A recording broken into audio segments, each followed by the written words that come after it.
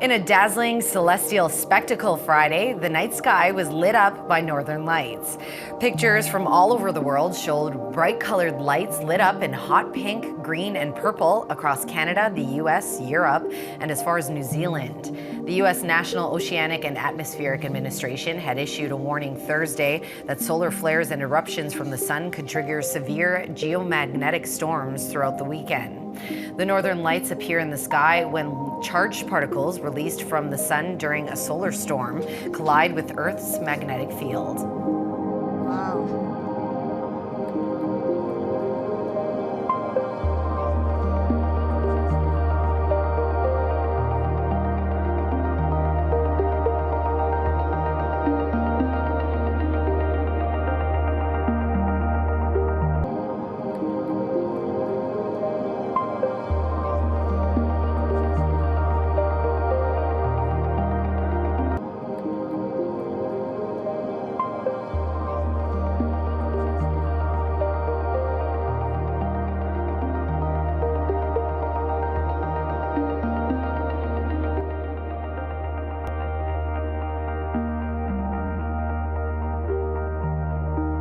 With 143 members voting in favor, the United Nations General Assembly has given Palestine new rights, and it urges the Security Council to reconsider its request to become the 194th member. Riyad Mansour is permanent observer of Palestine to the United Nations. Your vote is a vote for Palestinian existence. It is not against any state, but it is against the attempts to deprive us of our state.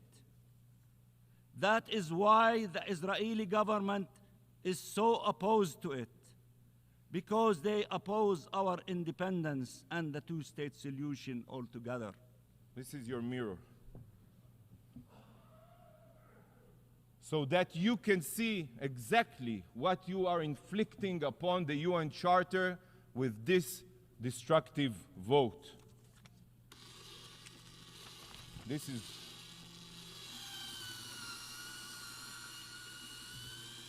You are shredding the UN Charter with your own hands. The result of the vote is as follows. In favor, 143. Against, 9. Abstentions, 25. Draft Resolution A/ES10/L30/Rev1 is adopted.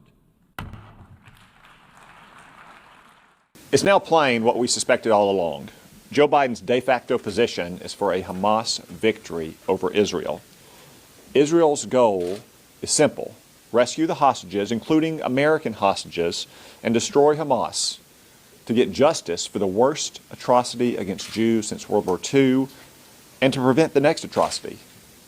Hamas's goal is also simple: survive. Hamas's leaders and its last 4 battalions are holed up in Rafah, so Israel has to defeat Hamas in Rafah to win.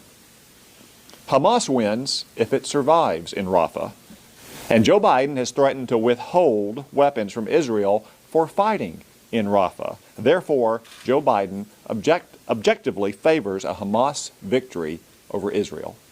It's just that simple. And the president is only emboldening Hamas. Why would Hamas release hostages when Joe Biden will give Hamas exactly what it wants: survival without releasing hostages? He's also emboldening Iran. Here's what Joe Biden has done since October 7th.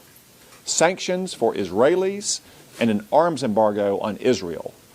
Sanctions relief and the end of an arms embargo on Iran. Now, some people say Joe Biden is doing this for his re-election, which would be bad enough. It would also, I have to add, be grounds for impeachment under the Democrats' Trump-Ukraine standard, withholding foreign aid to help one's re-election. Only with Joe Biden, it's true. Over 85 years ago, as World War II began, a force of sheer evil rose up with the goal of dominating the planet through genocide and destruction.